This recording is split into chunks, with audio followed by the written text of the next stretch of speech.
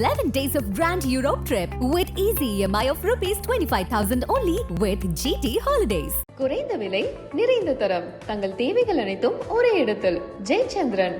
Wales film international doctor Ishari Ganesh தயாரிப்பில் RJ Balaji நடிக்கும் Singapore salon வெற்றி நடைபோடுகிறது. செந்தில் பாலாஜி ராஜினாமா அப்படிங்கிறது தான் ஒரு பரபரப்பான செய்தியாக நேற்று இரவிலேருந்து பேசப்பட்டு இருக்கு. இறுதியாக ஆளுநரும் ஒப்புதல் கொடுத்துட்டார். அந்த ராஜினாமா கடிதத்தை வந்து ஏற்றுக்கொண்டு விட்டேன். கிட்டத்தட்ட ஜூன்லேருந்து இந்த பிப்ரவரி கிட்டத்தட்ட ஒரு 8 மாதங்கள் நெருங்குகிற வேளையில் அவர் ராஜினாமா செய்திருக்கிறார். இது உண்மையிலே வரவேற்கப்பட வேண்டிய ஒன்று. அரசியல் ரீதியாக மட்டுமே அவர் பயன்படுவார் அப்படிங்கிறதுக்காக மட்டுமே திமுக இதை முடிவு பண்ணியிருக்குன்னு நினைக்கிறேன். செந்தில் பாலாஜி நானும் எதிர்க்கிறேன், ஏன்னா அவருடைய செயல் எதிர்க்கிறேன். ஆனால் அவருடைய செயல் அரசியல் ரீதியாக சில யுக்திகள் வெற்றி பெறுகிறது என்றால் நிச்சயமாக அந்த யுக்தியை அந்த கட்சி பயன்படுத்தி கொள்ளும். நீங்கள் ஆர்கே நகரில் 20 ரூபா டோக்கன் சிஸ்டத்தை கண்டுபிடிச்சு கொடுத்தவர் டிடி தினகரன் அல்ல, மறைந்த முன்னாள் எம்எல்ஏ வெற்றிகள் அல்ல. அந்த திட்டத்தை சொல்லி கொடுத்தவர் செந்தில் பாலாஜி. பேட்டி கொடுத்துருக்கார் பாஜக மாநில தலைவர் அண்ணாமலை அவர்கள். அவருக்கு பெயில் கிடைக்கக்கூடாது, ஜெயிலே இருக்கணுங்கிறாரு. அவருக்கு பயம் வந்துருச்சு. ஏனென்றால் அவருடைய ஆசையே என்னன்னா, நாடாளுமன்ற தேர்தல் வரை அவர் சிறையிலே இருக்க வேண்டும் என்பதுதான் அண்ணாமலையுடைய ஆசை. செந்தில் பாலாஜி வீட்டில் ஒரு 10 நாளைக்கு முன்னாடி அமலாக்கத்துறை சிசிடிவி கேமராலாம் பார்த்தாங்க அப்படின்லாம் செய்திகள் வந்துச்சு. தலைமறைவாக இருக்கிற செந்தில் பாலாஜியோட தம்பி அசோக் அவங்க சொந்த அப்பா அம்மா இருக்கிற வீட்டிலே போய் ஒளிஞ்சுப்பார். இப்போது அவர் எங்கே இருக்க, சென்னையில் இருக்கலாம், ஆந்திராவில் இருக்கலாம், கர்நாடகா இருக்கலாம், கேரளாவில் இருக்கலாம், எங்கேயோ ஒரு இடத்துல இருக்கலாம். உண்மையிலே அசோக்கை பிடிக்க வேண்டும் என்று ஈடி நினைத்திருந்தால் நிச்சயம் பிடித்திருக்க முடியும். இந்த முறையும் செந்தில் பாலாஜி ராஜினாமா செய்து விட்டதால் மட்டும் பிரச்சனை தீர்வு வந்துடாது. இப்போது செந்தில் பாலாஜி ராஜினாமாங்கிறது அப்போது ஈடிக்கு வெற்றியா இல்லையாங்கிறத தாண்டி இப்போ பாஜகவுக்கு இது வெற்றி அப்படின்னு பார்க்குறதா? கண்டிப்பாக பாஜக வெற்றின்னு வைத்துக்கொள்ளும். ஏன்னா ஒரு அமைச்சர் பதவியில் இருந்த ஒரு ஆளை அமைச்சர் பதவியில் இல்லாமல் ஆக்குவது எதிர்கட்சிக்கு ஒரு கிடைத்த வெற்றி. அண்ணாமலைக்கு ஏற்கனவே தூக்கம் கெட்டு போயிருக்கும். தப்பி தவறி பெயில் கிடைக்கிறது என்றால் இன்னும் தூக்கம் கெடும். செந்தில் பாலாஜி பாஜக இழுப்பதற்கா? அதெல்லாம் வாய்ப்பு ரொம்ப கம்மி. ஏற்கனவே சிறையில் இருக்கும்போது ட்ரை பண்ணிட்டாங்கன்னு சொல்லி கபில் சிபில் சொன்னாரே. இப்போ மோடி அவர்கள் அண்ணாமலை நடைபயணத்தை முடிக்க வருகிறார். யாரெல்லாம் இழுக்க போகிறாருன்னு கேட்குறீங்க. அந்த கேள்வி வெளிப்படையாக நான் எடுத்துக்கிறேன். கண்டிப்பாக தமிழ்நாட்டில் ஒரு 10 எம்எல்ஏ இழுப்பதற்கு பாஜக வேலை செய்யுது. அடுத்த கட்டமாக ஒரு திட்டத்தை இறங்கியிருக்கிறார்கள். அது யார் சிக்க போகிறார் தெரியல.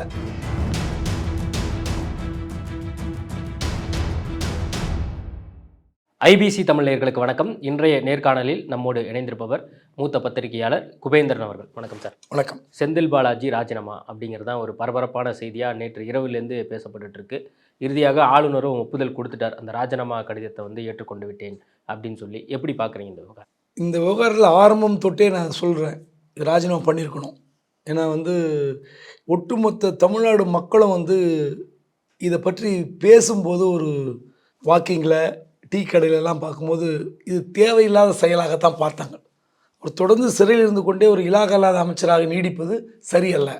ஒரு தார்மீக அடிப்படையில் அவர் அந்த பதவியை ராஜினாமா செய்திருக்க வேண்டும். கட்சி தலைமையும் நிர்பந்தித்திருக்க வேண்டும். அதை செஞ்சுருக்கலாம். ஆனால் இத்தனை ஒரு கிட்டத்தட்ட ஜூன்லேருந்து இந்த பிப்ரவரி கிட்டத்தட்ட ஒரு 8 மாதங்கள் நெருங்குகிற வேளையில் அவர் ராஜினாமா செய்திருக்கிறார். இது உண்மையிலே வரவேற்கப்பட வேண்டிய ஒன்று. காரணம், அவர் மீது வழக்கு இருக்கிறது.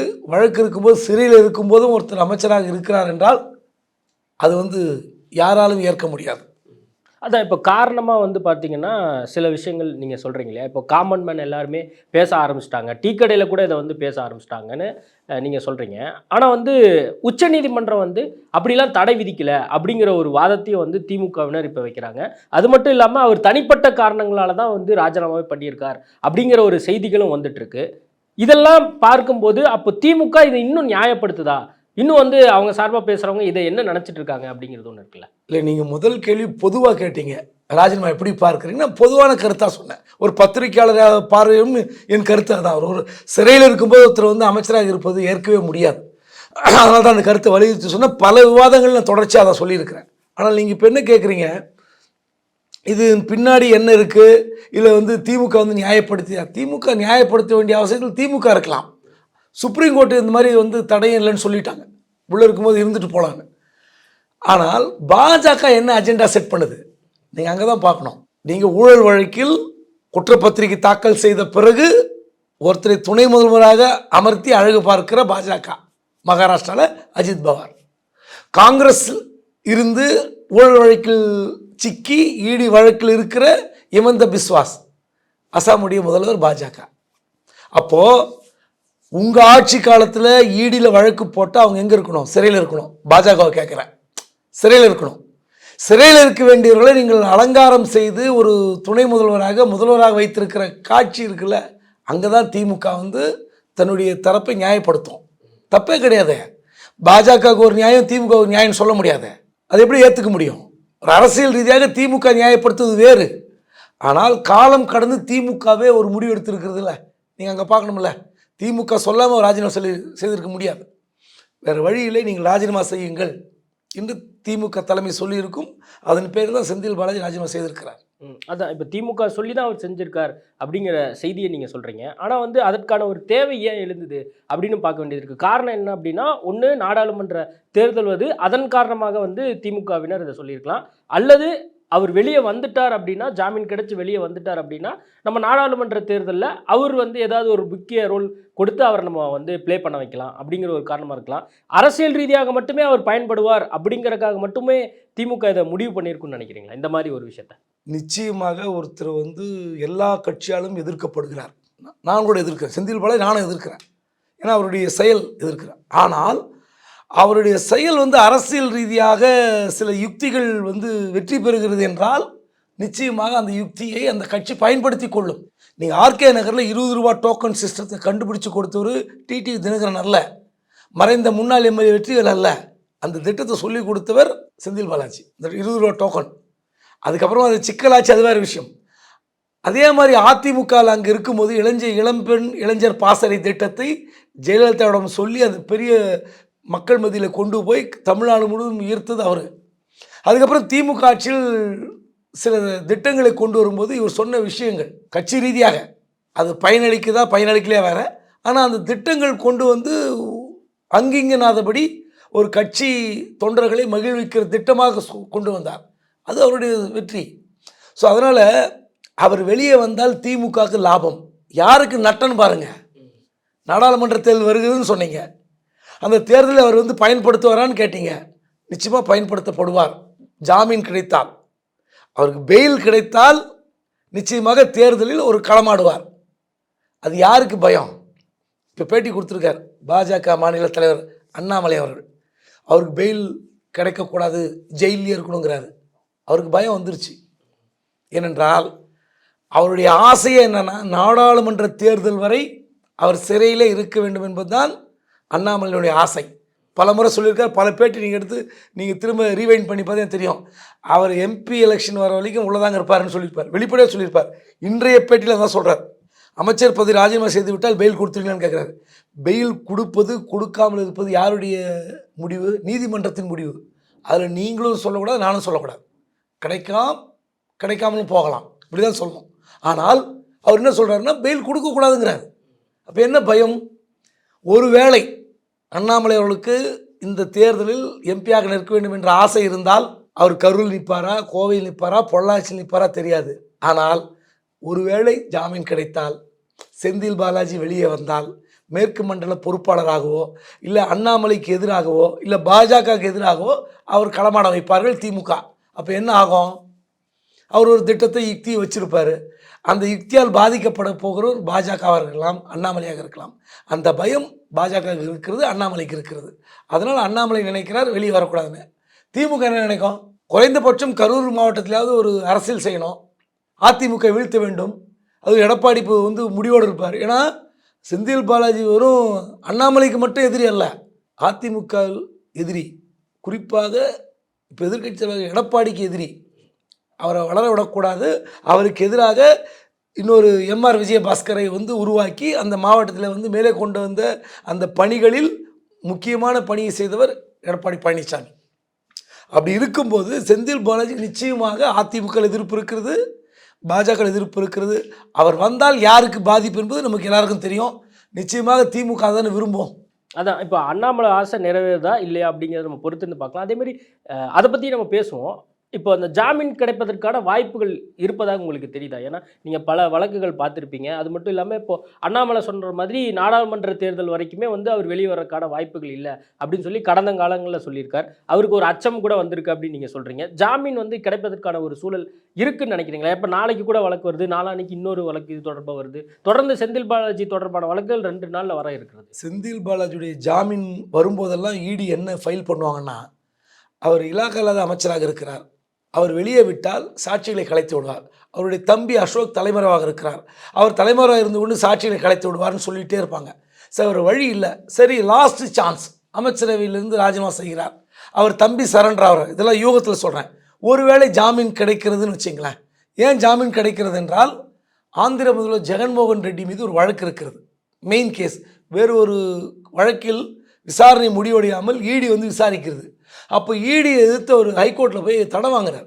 இந்த மெயின் கேஸ் வந்து விசாரணை முடிவடையாமல் இடி வந்து எப்படி விசாரிக்கலாம்? இந்த மெயின் கேஸே முடியல. அந்த கேஸ் முடிஞ்சு அதில் என்ன தவறு இருக்கிறது, தவறு செய்தேனா தவறு செய்யலையான்னு முடிவு வரட்டும், அந்த முடிவுக்கு பிறகு இடி வரட்டும்னு சொல்லி தடை வாங்கிட்டார். அப்போது ஜெகன்மோகனுக்கு ஒரு நியாயம், செந்தில் பாலாஜிக்கு ஒரு நியாயமா என்று திமுக தரப்பு அந்த வாதத்தை வைப்பார்கள். அந்த வாதத்தை வைக்கும்போது நீதிபதி என்ன பண்ணுவார், ஏற்கனவே ஹைகோர்ட், ஆந்திர ஹைகோர்ட் ஒரு ஆர்டர் இருக்குது, அதன்படி main case job racket case, வேலை வாங்கி தருவதாக மோசடி செய்திருக்கிற அந்த வழக்கில் செந்தில் பாலாஜியுடைய வழக்கு இன்னும் சென்னை மத்திய குற்றப்பிரிவில் விசாரணையில் இருக்கிறது, இன்னும் சாட்சிகள் இருக்கிறது, இன்னும் கூடுதலான சாட்சிகள் சேர்த்துட்டாங்க, 900 சாட்சி சேர்த்துட்டாங்க. ஸோ இதெல்லாம் விசாரித்து முடித்து இந்த வழக்கு முடிந்த பிறகு இடி விசாரிக்கலாம், அதுவரை தடை என்று வருவதற்கு வாய்ப்பு இருக்கிறது.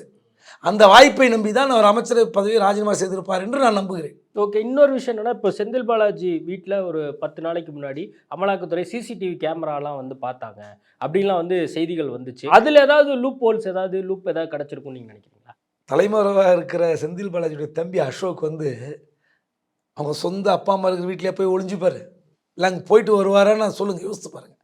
கண்டிப்பாக அங்கே போனால் நிச்சயமாக தெரியும். இப்போது அவர் எங்கே இருக்க, சென்னையில் இருக்கலாம், ஆந்திராவில் இருக்கலாம், கர்நாடகா இருக்கலாம், கேரளாவில் இருக்கலாம், எங்கேயோ ஒரு இடத்துல இருக்கலாம். உண்மையிலே அசோக்கை பிடிக்க வேண்டும் என்று இடி நினைத்திருந்தால் நிச்சயம் பிடித்திருக்க முடியும். ஏன்னா சென்ட்ரல் ஏஜென்சி சாதாரண ஏஜென்சி இல்லை, ஒரு தீவிரவாதியை தேடி கண்டுபிடிக்கிற அளவுக்கு வலிமை வாய்ந்தது சென்ட்ரல் ஏஜென்சி. ஏன் அந்த சென்ட்ரல் ஏஜென்சி இப்படியான ஒரு திட்டத்தை பயன்படுத்தாமல் இருக்குது? கண்டிப்பாக வக்கீல்கிட்ட பேசியிருப்பார், ஏதாவது ஒரு வகையில் எங்கேயாவது தொடர்பு கொண்டிருப்பார். நீங்கள் போய் அவங்க அப்பா அம்மாவை போய் பார்த்து மொபைல் ஃபோன் வாங்கி சிசிடிவி ஃபுட்டேஜ்லாம் பார்த்தா மட்டும் இருந்துருவாரா? கண்டிப்பாக அவங்க அப்பா அம்மாவுக்கு ஃபோன் செய்திருக்க மாட்டார், கண்டிப்பாக அந்த வீட்டுக்கு போயிருக்க மாட்டார். இது எல்லாருக்கும் தெரியும். ஆனால் ஈடு என்ன, நாங்கள் போய் தேடி பார்த்தோம், மீண்டும் தலைவராக இருக்கிறார், அதனால் பெயில் கொடுக்காதுன்னு கண்டிப்பாக ஃபைல் பண்ணுவாங்க. இந்த முறையும் செந்தில் பாலாஜி ராஜினாமா செய்து விட்டதால் மட்டும் பிரச்சனை தீர்வு வந்துடாது. அவர் தம்பி தலைவராக இருக்கார், அவரும் வந்து பவர்ஃபுல்லான பர்சன், இந்த வழக்கில் வந்து முக்கியமான குற்றவாளியும் கூட, அதனால் அவரை வந்து கைது செய்தால்தான் இதுக்கு முடிவு வரணுவாங்க. அவர் கொடுக்குற ஸ்டேட்மெண்ட் எங்களுக்கு முக்கியம்பாங்க. நிச்சயமாக இது வந்து அனுமார்வாத மாதிரி போகிறது. எனக்கு தெரிந்தவரை ஜெகன்மோகன் ரெட்டி அந்த சட்டத்தை வைத்துக்கொண்டு, அவருக்கு கிடைத்த அந்த ஆதாயத்தை வைத்துக்கொண்டு இந்த வழக்கை அணுகினால் செந்தில் பாலாஜிக்கு ஒரு தீர்வு கிடைக்கும் என்று நான் நம்புகிறேன். இல்லை, இப்போ செந்தில் பாலாஜி வந்து ராஜினாமா பண்ணிட்டாரு, இது ஈடிக்கு கிடைத்த வெற்றியாகவும் பார்க்கலாமா? ஈடிக்கு என்ன வெற்றி இருக்குது? இல்லை, இப்போ என்னன்னா அவங்க ஆரம்பத்துலேருந்து என்ன சொன்னாங்க, அமைச்சராக வந்து ஏன் தொடர்றாரு, அப்படி தொடர்றதுனால வந்து அவர் ஆதாரங்களை அழிக்க பார்த்துருவார் அப்படின்னு சொல்லி சொன்னாங்க. அப்போ இந்த மாதிரி விஷயங்கள் நடக்கும்போது இப்போ கடைசியாக செந்தில் பாலாஜியே வந்து நானே ராஜினாமா பண்ணுறேன் அப்படிங்கிற ஒரு விஷயத்த சொல்கிறாரு. இதில் ஈடிக்கு லாபம் இருக்கா, பாஜக லாபம் இருக்கா? ஏன் வந்து அண்ணாமலை வந்து அவர் பெயிலில் விடக்கூடாது, ஜெயிலில் இருக்கணுன்றாரு? என்ன அர்த்தம்? யார் முடிவு பண்ணுறது? டெல்லியுடைய துணை முதல்வராக மணிஷ் சிசோடியா இருக்கார். அவர் வந்து அமைச்சர் பதவியில் இருந்தால் சாட்சியை கலைத்து விடுவார், நாங்கள் அமைச்சர் பதவி ராஜினாமா பண்ணிட்டார், இன்னும் ஜெயிலில் இருக்கார். அந்த இடி அந்த ஹைகோர்ட் கேட்டானே, சரி நீங்கள் இந்த மதுபான விற்பனை கொள்கையை தளர்த்தியதால் யார் லாபம் அடைந்தார்கள், அந்த டாக்குமெண்ட்டை கொடுங்க, இதில் பணம் எதாவது கைப்பற்றப்பட்டிருக்கிறதா, இந்த லஞ்ச லாவணியம் நடந்திருப்பதாக சொல்கிறீர்கள். அப்போது அந்த மதுபான கம்பெனிகள் அந்த கொள்கை தளர்த்தால் லாபம் அடைந்திருந்தால் இந்த அமைச்சருக்கு பணம் கொடுத்துருப்பாங்க. அப்படி தான் பணம் கைப்பற்றப்பட்டிருக்கான்னு கேட்குறாங்க கோர்ட்டில். பணம் கைப்பற்றப்படவில்லைன்னு இடி சொல்லுது. ஈடிக்கு என்ன லாபம்? பணமும் கைப்பற்றலை, யார் இதில் பெனிஃபிட் ஆனாங்க சொல்ல முடியல, ஆனாலும் ஜெயிலில் இருக்கார். அதனால் ஈடியும் பாஜகவும் என்ன முடிவு செய்யும்? செந்தில் பாலாஜி ஜாமீன் கிடைக்குமா? அவர் ராஜினாமா பண்ணிட்டாரு, அவர் எம்எல்ஏ பதவி ராஜினாமா பண்ணால் கூட ஈடி விடுமா? அதெல்லாம் வந்து விசாரணையில் அடுத்தடுத்து வரப்போகிற ட்விஸ்ட்டுகள். ஆனால் நமக்கு தெரிந்து ஜெகன்மோகன் ரெட்டிக்கு நீங்கள் ஒரு தீர்ப்பு கொடுத்துருக்கீங்க, தடை கொடுத்துருக்கீங்க. அது இவர் கிடைக்குமா? இதுதான் கேள்வி. அதான் இப்போ டெக்னிக்கலாக பார்க்கும்போது இப்போது அவர் ராஜினாமா பண்ணுறனாலே ஜாமீன் கிடச்சிருச்சு அப்படின்னு வந்து ஒரு பார்வை வந்து வரும் இல்லையா? அப்போ அந்த இடத்துல இது என்ன மாதிரியான ஒரு உதாரணமாக இது இருக்குன்னு நினைக்கிறேன். இல்லை, வாய்ப்பு இருக்குன்னு நம்புவது வந்து அவருக்கு வந்து எண்ணம் இருக்கும், திமுக தலைமைக்கு எண்ணம் இருக்கலாம். ஸோ அதை எப்படி தடுக்க முடியும்? அதான் சொன்னேன், கண்டிப்பாக ஒரு ஏதாவது ஒரு திட்டம் இருக்கும். இது வந்து இவ்வளோ நாள் ஒரு 7-8 மாதங்களாக ராஜினாமா செய்ய மாட்டேன் என்று அடம்பிடித்த ஒரு கட்சி, அந்த கட்சி ராஜினாமா செய்கிறது என்றால் இதன் பின்னணியில் ஏதோ இருக்கலாம் என்று நான் நம்புகிறேன். அதில் அவருக்கு பெயில் கிடைக்குமா கிடைக்காது என்பது வேறு. ஏதோ ஒரு நோக்கம், அவர் தேர்தல் நேரத்தில் வெளியே வந்து களமாடலாம், தேர்தல் பணிக்கு அவருக்கு ஒரு புதிய பதவி தரப்படலாம். இன்னும் சொல்லப்போனால் பெயில் கிடைச்சி வெளியே வந்த பிறகு மீண்டும் அமைச்சர் பதவி கொடுக்கலாம், யாரும் தடுக்க முடியாது. சட்ட சிக்கல் அதில் இல்லை, விசாரித்து பாருங்கள். ஸோ அதனால் அவருக்கு திரும்ப மீண்டும் ஒரு பதவி தரப்போகிறார்களா, அல்லது தேர்தல் பணியை முடித்து விட்டு அவருக்கு வேறு ஏதாவது பதவி கிடைக்குமாலாம் தெரியாது. எனக்கு தெரிந்தவரை இப்போ இருக்கிற ஒரே கேள்வி, அவருக்கு ஜாமீன் கிடைக்குமா கிடைக்காதா என்றால் கிடைப்பதற்கு அதிக வாய்ப்பு இருப்பதாக நானும் நம்புகிறேன். ஓகே, இப்போ இந்த ராஜினாமாக்கு இன்னொரு காரணம் இது, வெளியே இருந்து அசோக் ஏதாவது இவருக்கு ஏதாவது இன்ஸ் அல்லது ஏதாவது ஒரு ஐடியா கொடுத்துருப்பாரா? அசோக் என்ன ஐடியா கொடுப்பாரு? தம்பி 2 பேருமே வந்து ஒரே நேரத்தில் ஜெயிலில் இருந்தாலும் வச்சுங்களேன், அதில் இன்னும் கூடுதல் சிக்கலாக இருக்கும். ஸோ யாரோ ஒருத்தர் தலைமறைவாக இருப்பது இவர்களுக்கு வசதியாக இருக்கலாம். ஆனால் இந்த வசதி என்று நினைத்து கொண்டிருந்த செந்தில் பாலாஜிக்கும் சரி, அவர் தம்பிக்கும் சரி, என்ன நடந்தது? 7-8 மாதம் அண்ணன் வந்து ஒரு திமுக ஆட்சி பவர்ஃபுல் மந்திரியாக இருந்தார், மின்சாரத்துறை மற்றும் மதுபானத்துறை அமைச்சராக இருந்தார். அந்த அமைச்சராக இருந்த பவர்ஃபுல் மினிஸ்டர் ஜெயிலில் இருக்கார். ஸோ இப்போ என்ன பிரயோஜனம்? அப்போ நீங்கள் பெயில் கிடைப்பதற்கு நம்மளே ஒரு காரணமாக இருக்கிறோமே அப்படின்னு வக்கீல்கள் பலமுறை சொல்லியிருப்பார்கள். அவருக்கு அங்கே சலுகை கொடுக்கப்படுகிறது, இதையெல்லாம் காரணம் காட்டி வந்து நீங்கள் எப்படி இருந்தாலும் ஆளுங்கட்சி ஆட்சியில் இருக்கும்போது உங்களுக்கு சலுகை கொடுக்கணும், ஈஸியாக கொடுக்கலாம், அது ஒரு பெரிய மேட்டர் இல்லை. சிறையில் வந்து சலுகை கிடைப்பதும் கிடைக்காமல் இருப்பதும் பொருளாதாரத்தை வைத்தானே தவிர நீங்கள் அதிகாரத்தில் இருப்பதை பொறுத்து அல்ல. இப்போ வந்து அங்கே டெல்லியில் கூட பல காட்சிகள் பார்த்தோம். சத்யேந்தர் ஜெயில், அவர் வந்து உணவு உட்கொள்வதற்கெல்லாம் ஒரு உதவியாளர் போட்டிருந்தாங்க.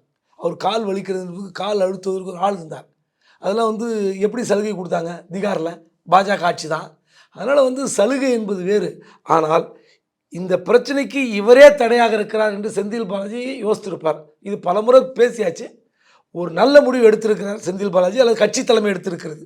அந்த வகையில் இதன் பிறகு ஏதாவது நடந்தால் அவருக்கு லாபம் தானே தவிர லாபம் இல்லாமல் இருக்காது. சரி, ஓகே, அப்படியே நான் மாற்றி கேட்குறேன். இப்போது செந்தில் பாலாஜி ராஜினாமாங்கிறது அப்போது ஈடிக்கு வெற்றியா இல்லையாங்கிறத தாண்டி இப்போ பாஜகவுக்கு இது வெற்றி அப்படின்னு பார்க்குறதா? கண்டிப்பாக வந்து பாஜக வெற்றின்னு வைத்துக்கொள்ளும். ஏன்னா வந்து ஒரு அமைச்சர் பதவியில் இருந்த ஒரு ஆளை அமைச்சர் பதவியில் இல்லாமல் ஆக்குவது எதிர்கட்சிக்கு ஒரு கிடைத்த வெற்றி, குறிப்பாக பாஜக வெற்றி. சரி, அவர் வெளியே வந்துட்டாருன்னு வச்சுங்க, அண்ணாமலை போட்டியிடுற இடத்துல வந்து களமாடுறார், அண்ணாமலை நிற்கிற தொகுதியில் வந்து வெறி கொண்டு செய்வார். ஏன்னா அவர் ஜெயிலுக்கு போனது காரணமாக எல்லோரும் நம்பப்படுவது அண்ணாமலையுடைய திட்டம்னு சொல்கிறாங்க. ரஃபேல் வாட்சிக்கு பில்லு கேட்டார், தொடர்ச்சியாக அவர் ப்ரெஸ் மீட்டுக்கு ஃபுல்லாக செந்தில் பாலாஜி தான் கவுண்டர் கொடுத்தார். வேறு எந்த அமைச்சரும் வாய் திறக்கலை. அண்ணாமலை பேட்டினா உடனே செந்தில் பாலாஜி பேட்டி. அந்த மாறி மாறி மீடியாக்கள் செய்த விளைவு அண்ணாமலை கோபம் உச்சத்தில் போயிடுது. அதுக்கப்புறம் அவர் ஏதோ திட்டம் வச்சுருந்துருக்கார், அந்த திட்டத்தில் சிக்கினார். அதுக்கு செந்தில் பாலாஜி ஒரு காரணமாக இருந்தார், கடைசியில் போய் ஜெயிலில் இருந்தார். இப்போ ஒருவேளை பெயில் கிடைத்து வந்து விட்டால் அவர் போட்டியிடுகிற பொள்ளாச்சி அல்லது கோயம்புத்தூர் அல்லது கரூர், இங்கே போய் செந்தில் பாலாஜி டீம் வேலை பார்த்தாருன்னா அண்ணாமலைக்கு எப்படி இருக்கும்? அண்ணாமலைக்கு ஏற்கனவே வந்து தூக்கம் கெட்டு போயிருக்கும். தப்பி தவறி பெயில் கிடைக்கிறது என்றால் இன்னும் தூக்கம் கெடும்.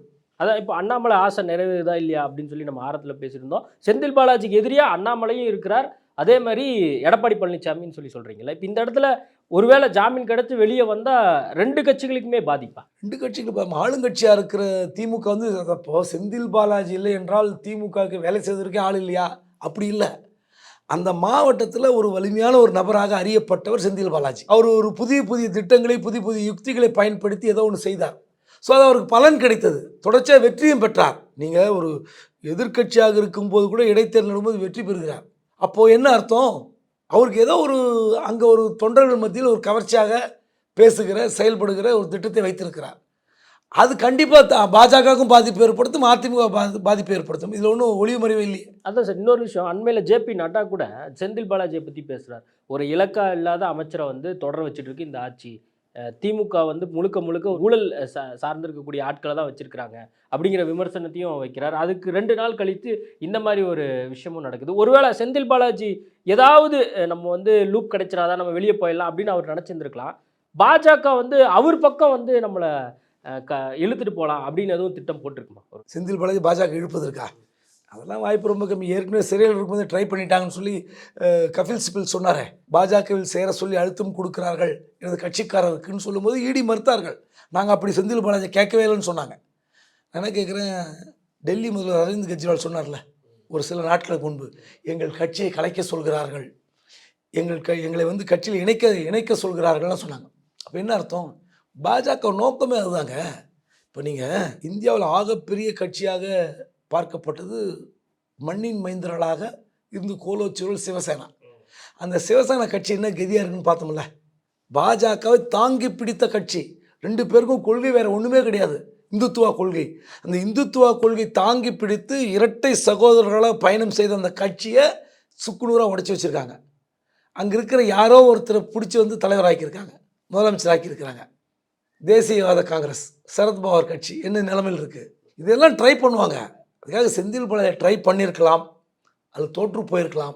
ஆனால் நட்டா பேசியதுக்கும் செந்தில் பாலாஜி ராஜினாமாக்கும் நம்ம தொடர்புபடுத்த முடியாது. சரி, இல்லை அவர் பேசி ஒரு 2 நாள் இந்த முடிவை செந்தில் பாலாஜி எடுக்கிறாருன்னா அப்போது என்ன காரணமாக இருக்கும்? நாடாளுமன்ற தேர்தல் ஒரு புறம் இருந்தாலுமே ஆல்ரெடி வந்து கபில் சிபில் சொன்ன விஷயத்தையும் நீங்கள் சொல்கிறீங்க இல்லையா? இப்போ ஆல்ரெடி ட்ரை பண்ணாங்க செந்தில் பாலாஜி எப்படியா தன் பக்கம் இழுத்தரணும் அப்படின்னு சொல்லி. ஒருவேளை செந்தில் பாலாஜி அந்த முடிவு வருவதற்கான ஒரு சூழலே இல்லை அப்படின்னு சொல்லிட முடியுமா? இல்லை, செந்தில் பாலாஜி வந்து இனிமேல் வந்து அவர் மக்கள்கிட்ட போய் ஒரு பெரிய வெற்றி வீரராகலாம் பறைசாற்றிக் கொள்ள முடியாது. ஒரு அண்டர் கிரவுண்ட் ஒர்க் தான் செய்ய முடியும். அரசியலில் 2 வேலை செய்யலாம். முன்னின்று செயல்படுவது, ஓட்டு வாங்குவது, மக்கள்கிட்ட போய் உண்மையிலே வந்து ஒரு சிக்கலான விஷயத்தில் சிக்கி அவதூறு பெயர்களை சம்பாதித்து அதன் மூலம் சிறைக்கு சென்று விட்டார். அப்படி இருக்கும்போது அவரை போய் முன்னாடி நிறுத்தி இவர் தான் எங்களுடைய எடுத்துக்காட்டு, இவரை பார்த்து நீங்கள் அரசியலில் ஓட்டு போடுன்னு கேட்டால் அது திமுகவுக்கு நெருக்கடி ஏற்படும். அவரை பார்த்து பல்வேறு விமர்சனங்கள் வரும். அதிமுக விமர்சனம்னா பாஜக. நான் என்ன கேட்குறேன், அவரை விட்டுருவோம். கண்டிப்பாக நீங்கள் கேட்குற கேள்வி அப்படி புரிஞ்சுக்கிறேன். இப்போ மோடி அவர்கள் அண்ணாமலை நடைபயணத்தை முடிக்க வருகிறார், யாரெல்லாம் இழுக்க போகிறாருன்னு கேட்குறீங்க. அந்த கேள்வி வெளிப்படையாக நான் எடுத்துக்கிறேன். கண்டிப்பாக தமிழ்நாட்டில் ஒரு 10 எம்எல்ஏ இழுப்பதற்கு பாஜக வேலை செய்யுது, நான் மறுக்கவே இல்லை. எல்லா கட்சி எம்எல்ஏக்களும், அதாவது பாஜக அல்லாத எம்எல்ஏக்களை, ஏன்னா அவங்க கட்சியில் இருக்கிறாங்க, அவங்க விட்டுருவோம். மற்ற எம்எல்ஏக்களை இழுப்பதற்கும் முன்னாள் எம்பி எம்எல்ஏக்களை இழுப்பதற்கும் இறங்கி வேலை பார்த்து கொண்டிருக்கிறது. அதன் முதல் கட்டமாக அதிமுக சேர்ந்து ஒரு 15 பேர் சேர்த்தாங்க. இப்போ அடுத்த கட்டமாக ஒரு திட்டத்தை இறங்கியிருக்கிறார்கள். அதில் யார் யார் சிக்க போகிறார் தெரில. செந்தில் பாலாஜி இருக்கிறாரா இல்லையான்னு எனக்கு தெரியாது. அந்த ஒரு 10 எம்எல்ஏக்களை எப்படியாவது திருப்பூரில் பல்லடத்தில் மோடியில் மேடை ஏற்றி கட்சிகளை கலகலக்க வைக்கும் என்று திட்டம் பாஜகவிடம் இருக்கிறது. அது அதிமுக சைடில் இருக்குமா இல்லை திமுக சைடில் இருக்குமா அது தெரியாது. ஏன் காங்கிரஸ் கூட இருக்கலாமே. அதனால் அவர்களுக்கு தேவை ஒரு 10 எம்எல்ஏ தங்கள் கட்சி அல்லாதவர்களை எங்கேயாவது போய் கொண்டு வந்து சேர்த்து ஒரு பெரிய ஆக்கணும்னு நினைக்கிறாங்க. கண்டிப்பாக நீங்கள் அதிமுகவில் இருந்தான்னா எடப்பாடிக்கு இன்னும் உஷ்ணம் அதிகமாகும். திமுக vs பாஜக சொல்லவே தேவையில்லை. காங்கிரஸுக்கும் பாஜக இருக்கிற பஞ்சாயத்து நிறைய இருக்குது. ஆனால் அதிமுகவை நீங்கள் சீண்ட எடப்பாடி எப்படியான முடிவு எடுப்பார், எடப்பாடி எவ்வளோ கோபத்துக்கு போவார், அது உங்களுக்கு நல்லதா இல்லையான்றது பாஜக தான் முடிவு பண்ணும். கதவுகள் திறந்து வைத்து கொண்டிருக்கின்றன என்று சொல்லிக்கொண்டே அதே தினத்தில் பேட்டி வந்த அதே தினத்தில் ஒரு 15 பேர் சேர்க்குறீங்கன்னா உங்களோட ஸ்ட்ராட்டஜி என்ன? உங்களுடைய செயல் திட்டத்தை வந்து பார்க்கும்போது எடப்பாடி என்ன மாதிரியான கோபத்துக்கு போயிருப்பார். அந்த 15 பேரால் ஒரு பெரிய பிரளயம் ஏற்படலை. அப்படியே வந்து அந்த மாவட்டத்தில் வந்து கட்சியை தோண்டு போகாது. ஆனாலும் நீங்கள் செய்கிற செயல் இருக்குல்ல, வாங்க கூட்டணிக்கு வாங்க கதவு திறந்து வைத்திருவோம்னு சொல்லிவிட்டு அதே நாளில் கட்சியில் சேர்க்கிற செயல் நிச்சயமாக ஒரு கூட்டணிக்கு ஏற்ற செயலா? ஓகே சார், நான் இறுதியாக கேட்க விரும்புகிறது, இப்போ இந்த செந்தில் பாலாஜி இந்த முடிவை முதல்வர் ஸ்டாலின் அவர்கள் எப்படி பார்ப்பார்னு நினைக்கிறேன்? கண்டிப்பாக கட்சி தலைமை சொல்லி தான் செஞ்சுருப்பார். கண்டிப்பாக செந்தில் பாலாஜி மட்டும் தனிப்பட்ட முடிவை எடுத்துருக்க மாட்டார். கட்சி தலைமை வழக்கறிஞர்கள் பிரிவெல்லாம் சேர்ந்து ஒரு முடிவு எடுத்திருப்பார்கள். தொடர்ச்சியாக ஒரு 15 முறை 20 முறை ஜாமீன் போட்டு நமக்கு ஜாமீன் கிடைக்கவில்லை. அவரை வெளியே கொண்டு வருவதற்கு என்ன முயற்சி எடுக்கலாம்? அது தேர்தல் வருகிறது. கரூர் மாவட்டத்தில் கண்டிப்பாக மாவட்ட செயலர் இன்னும் மாற்றலை. அந்த மாவட்ட செயலர் வேறு எத்தனை போட்டால் அவருக்கு வரும். ஏன்னா அவர் வந்து ஒரு நம்பிக்கையான ஒரு கட்சி விசுவாசியாக பார்த்தார்கள். அவர் வந்து உள்ளே வந்து விசாரணையில் இருக்கும்போது அவர் எப்படி மிரட்டினார்கள், என்ன மாதிரியான வாக்குமூலத்தை வாங்க முயற்சித்தார்கள். நீங்கள் ஸ்டாலின் மீது ஏதாவது சொல்லுங்கள், உதயநிதி மீது ஏதாவது சொல்லுங்கள், அல்ல திமுக குடும்பத்தின் மீது ஏதாவது சொல்லுங்கள். அந்த வாக்குமூலத்தை வைத்துக்கொண்டு திமுகவை ஒரு கதிகலங்க வைப்பது தான் பாஜகவோட நோக்கமாக இருந்தது. அதையெல்லாம் மீறி செந்தில் பாலாஜி கட்சியை காட்டி கொடுக்காமல் இருந்ததற்காகவும் அவருக்கு ஏதாவது இன்னும் செய்யணும்னு சொல்லி நினைக்கலாம். அதனுடைய வெளிப்பாடு தான் இந்த ராஜினாமா செய்திருக்கார்கள். அதற்காக அவருக்கு வந்து பதவியில் வெளியே வந்த பிறகு என்ன பதவி ஒன்றா தரலாம், திரும்ப அமைச்சராக்கலாம், வாரிய தலைவர் பதவி கிடைக்கலாம், இல்லை கட்சி ஒரு புதிய பதவி உருவாக்கி தமிழ்நாடு முழுவதும் அவருக்கு வந்து ஒரு கௌரவம் கூட செய்யலாம். என்ன நடக்கும்னு தெரியாது. நிச்சயமாக செந்தில் பாலாஜி திமுக இந்த நேரத்தில் கைவிட போவதில்லை. செந்தில் பாலாஜியும் போய் அறக்குறையாக போய் எங்கேயாவது போய் நீங்கள் கேட்டிங்களே பாஜக இழுக்கு, பாஜக பக்கம்லாம் போனார்னா அவர் என்ன நிலைமை, அவர் எப்படி போவார் எது போவார்னு அரசியலில் வந்து எதுவும் நடக்கலாம். ஆனால் இந்த நேரத்தில் செந்தில் பாலாஜி இப்படி ஒரு முடிவு எடுப்பார். ஏன்னா பல கட்சிகள் மாறிவிட்டார், பல முறை அணிகள் மாறி இருக்கிறார். அந்த அடிப்படையில் நீங்களும் கேட்குறீங்க, மக்களும் நம்பலாம். எனக்கு தெரிந்தவரை அவர் பாஜக பக்கம் போவாருன்னா அது மிகப்பெரிய துரதிருஷ்டமான சம்பவமாகத்தான் முடியும்னு நான் நம்புகிறேன். ஓகே சார், நிறைய விஷயங்கள் கொடுத்து பேசியிருக்கோம். நேர்காணல் கொடுத்ததுக்கு மிக்க நன்றி. 11 days of grand Europe trip with easy EMI of rupees 25,000 only with GT Holidays. குறைந்த விலை, நிறைந்த தரம், தங்கள் தேவைகள் அனைத்தும் ஒரே இடத்தில். Jayachandran. Vels film international doctor Ishari Ganesh தயாரிப்பில் ஆர்ஜே பாலாஜி நடிக்கும் சிங்கப்பூர் சலூன் வெற்றி நடைபோடுகிறது.